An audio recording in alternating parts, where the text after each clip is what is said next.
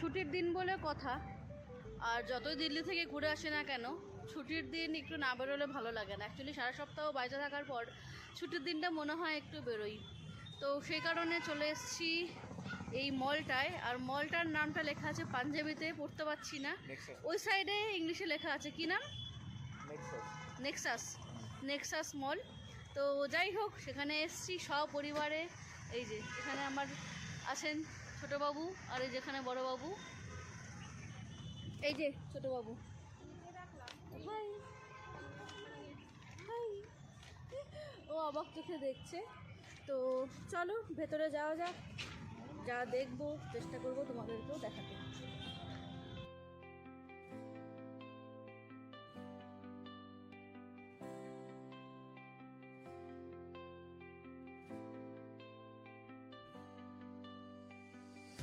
মলটার নাম ছিল নেক্সাস মল, আগেই তো বললাম। কিন্তু মলটা আজ পর্যন্ত, এখানে আমরা বিগত 1.5 বছর ধরে প্রায় আছি, তার বেশি হয়তো হবে, কিন্তু আজ পর্যন্ত এই মলটায় আমরা আসিনি। হঠাৎ করেই কি মনে হলো, ভাবলাম যাই। সত্যি কথা বলতে মলটা কিন্তু ভেতর থেকে বেশ সুন্দর। নিচটা প্রথমে ঘুরে দেখছি, আর ঘুরতে ঘুরতে চোখ পড়লো এই গাড়িটার দিকে। কি সুন্দর নয় গাড়িটা?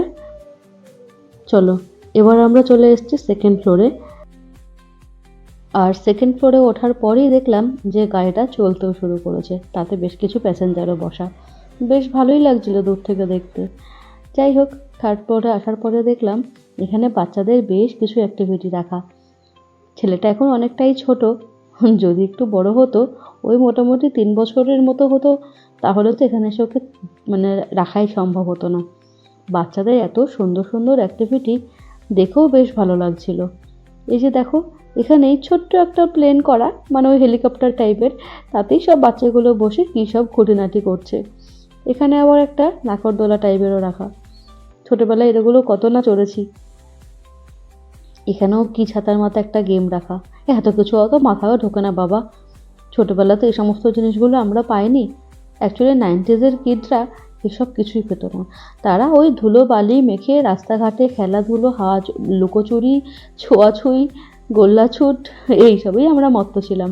এই সমস্ত গেম, অ্যাকশন প্লে, এগুলো আমাদের জন্য তখন ছিল না। যাই হোক, সব কিছু ঘুরে আবার একটু মলটাও ঘুরলাম। মলের কালেকশানগুলো কিন্তু খুব ভালো ছিল।